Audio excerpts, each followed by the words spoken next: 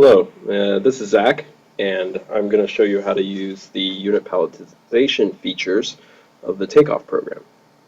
What I've got here is Matilda as an example, because it has a pretty complicated release structure, and I just wanted to show you what it was, because we're thinking of making it a standard. It may even be standard by the time you start watching this. I have the database open, Matilda, and one of the things you have to make sure you have set up first is that you have the correct drawings folder and the correct drawing prefix, and that will make your life much easier later.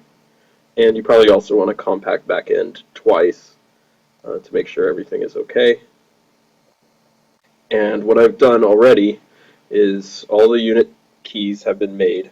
So if I go to LMM mode here in model space, you can see that all the units have already been tagged, and this has already been UPD'd into my database.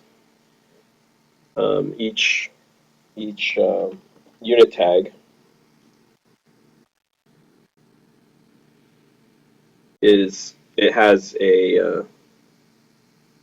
the elevation here, which it should read release.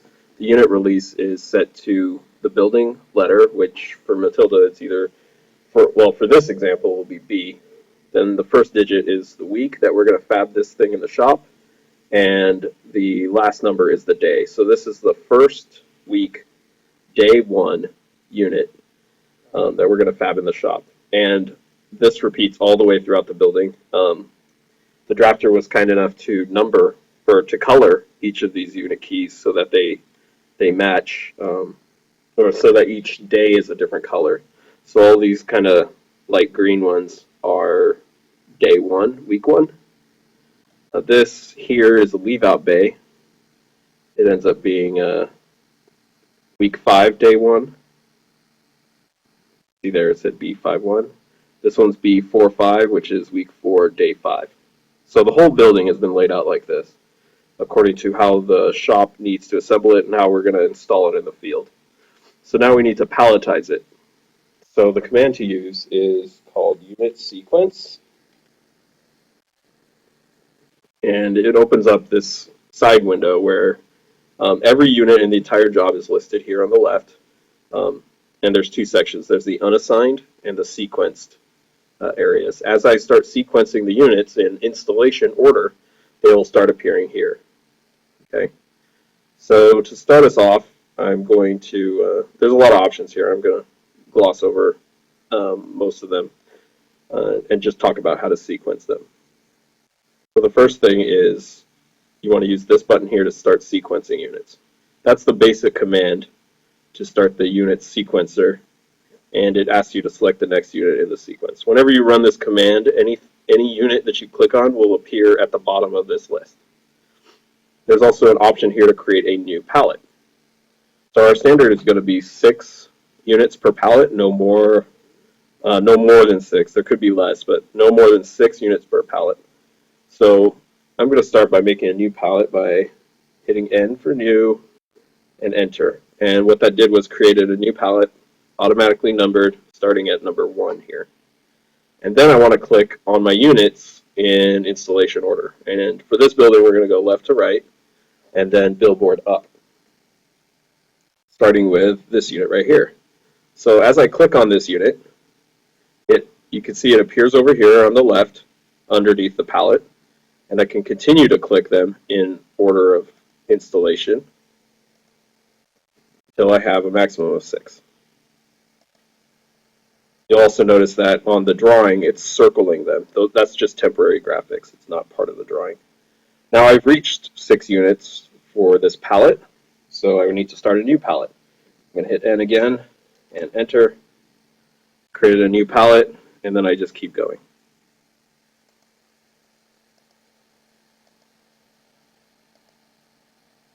One thing you want to make sure is that the pallet actually makes sense. All of these are the same units, so they should be pretty easy to stack. But once I get over to the end, I may have to do something weird because units are going to be changing sizes, and some of them are going to be smaller, like shorter than others. Some will be thinner than others, and I want the smaller ones to be on top. Otherwise, it's difficult for the shop to stack them.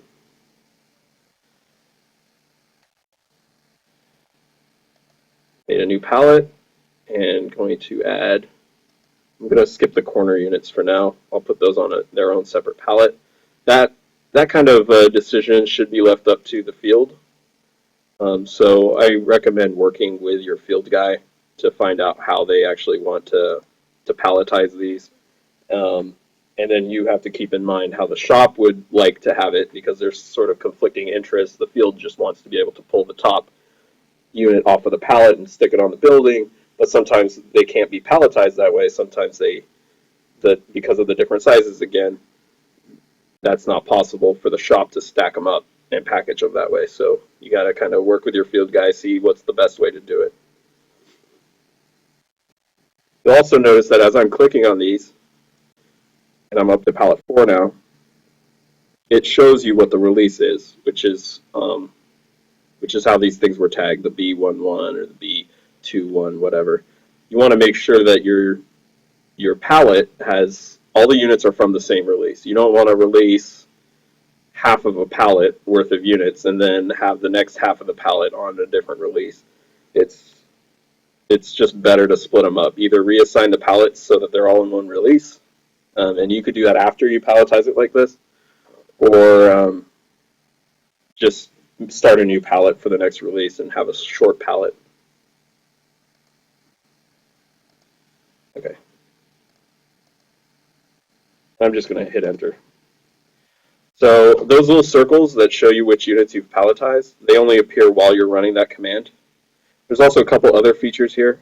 If you make a mistake, and usually I do this for only small mistakes where things are slightly out of order, maybe these 1Ds here need to be on the bottom of this pallet for whatever reason. Maybe they were bigger than the 9s. You can highlight them first by clicking on it, and then there's a little grip here on the side where your cursor turns into a hand, and you can click and drag this unit to any other pallet you want. Now, usually if your list is really long, you don't want to do it this way.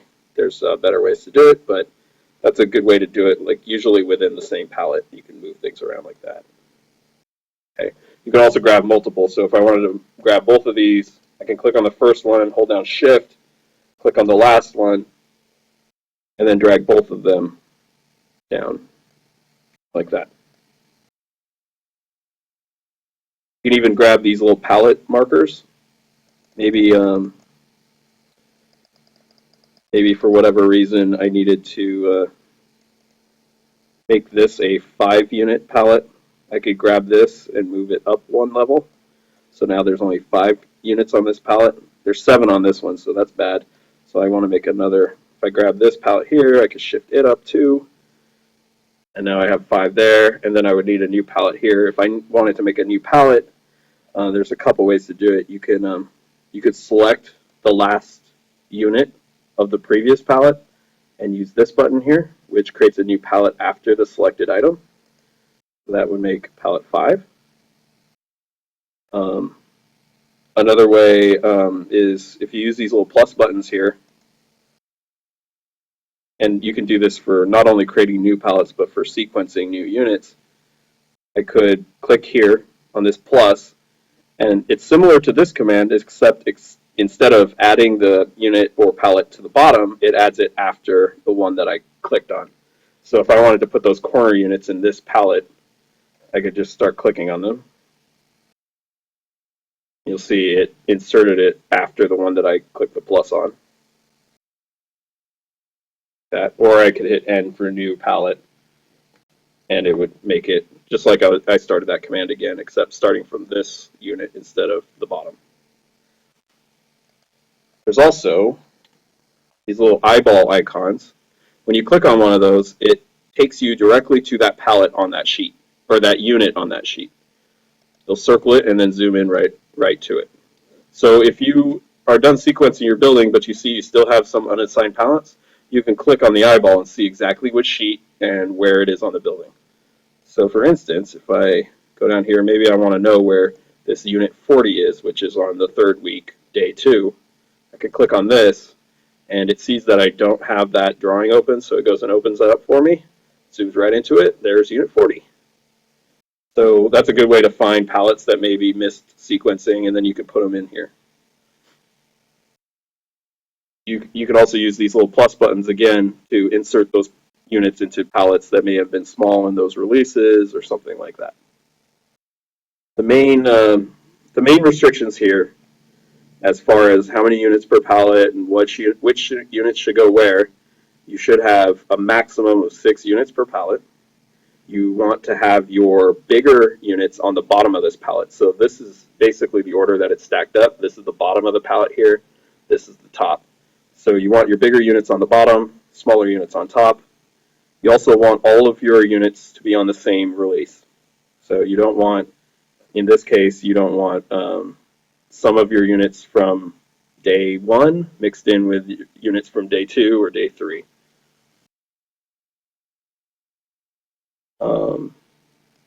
Also, there is no way to unsequence a unit. You can't take some unit from here that you mistakenly clicked on and put it back into the unassigned list. The best thing to do at that point is just pretend it's not there until you finally do get to it, to where it's supposed to be sequenced, and then click it again. If you try and sequence a unit that's already been sequenced, I'll show you in the other drawing.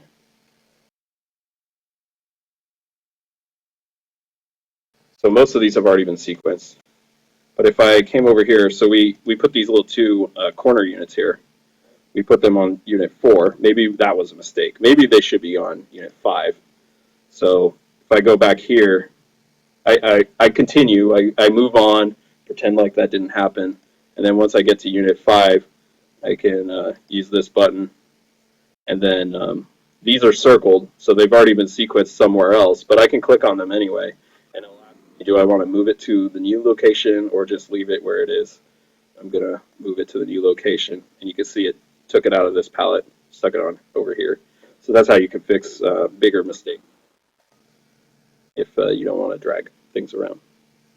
So that's how the unit sequencer works. Once you're done here, you can save it. Save to my database now. There's also a refresh button. Works very similar to the project detail window, where it lists all your detail data. And then, and that should be about it. Thank you very much.